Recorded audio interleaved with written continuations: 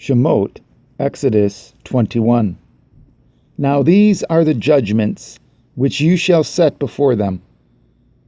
If you obtain an every servant, 6 years he shall serve, and in the 7th he shall go out free for nothing. If he came in by himself, he shall go out by himself. If he were married, then his woman shall go out with him. If his master have given him a woman, and she have borne him sons or daughters, the woman and her children shall be her master's, and he shall go out by himself.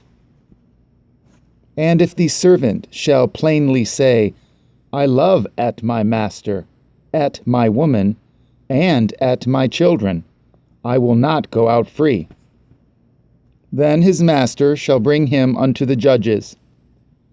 He shall also bring him to the door, or unto the doorpost, and his master shall pierce at his ear through with an awl, and he shall serve him forever. And if a man surrenders at his daughter to be a maidservant, she shall not go out as the men servants do.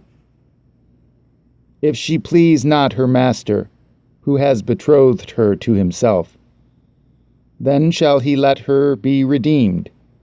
To surrender her unto a strange nation he shall have no power, seeing he has dealt deceitfully with her. And if he have betrothed her unto his son, he shall deal with her after the manner of daughters. If he take him another woman, her food, her raiment, and her duty of marriage shall he not diminish. And if he do not these 3 unto her, then shall she go out free without money. He that smites a man, so that he die, shall be surely put to death. And if a man lie not in wait, but Elohim deliver him into his hand, then I will appoint you a place whither he shall flee. But if a man come presumptuously upon his neighbor, to slay him with guile, you shall take him from my altar, that he may die.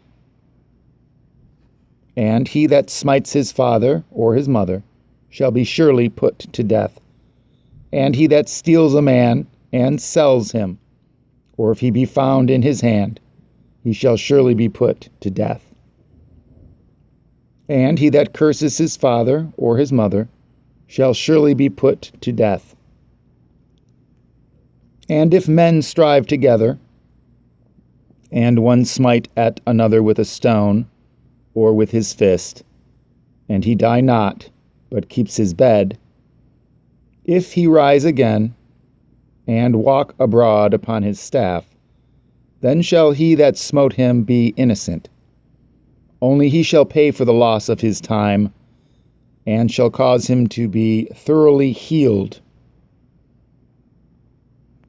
And if a man smite at his servant, or at his maid with a rod, and he die under his hand, he shall be surely punished. Notwithstanding, if he continue a day or 2, he shall not be punished, for he is his money. If men strive and hurt a woman with child, so that her fruit depart from her, and yet no mischief follow, he shall be surely punished, according as the woman's man will lay upon him, and he shall pay as the judges determine. And if any mischief follow, then you shall give life for life, eye for eye, tooth for tooth, hand for hand, foot for foot, burning for burning, wound for wound, stripe for stripe. And if a man smite at the eye of his servant, or at the eye of his maid, that it perish, he shall let him go free for his eye's sake. And if he smite out his men rather, manservant's tooth, or his maidservant's tooth, he shall let him go free for his tooth's sake. If an ox gore at a man or at a woman, that they die, then the ox shall be surely stoned, and his flesh shall not be eaten. But the owner of the ox shall be innocent. But if the ox were wont to push with his horn in time past, and it has been testified to his owner, and he has not kept him in, but that he has killed a man or a woman, the ox shall be stoned, and his owner also shall be put to death.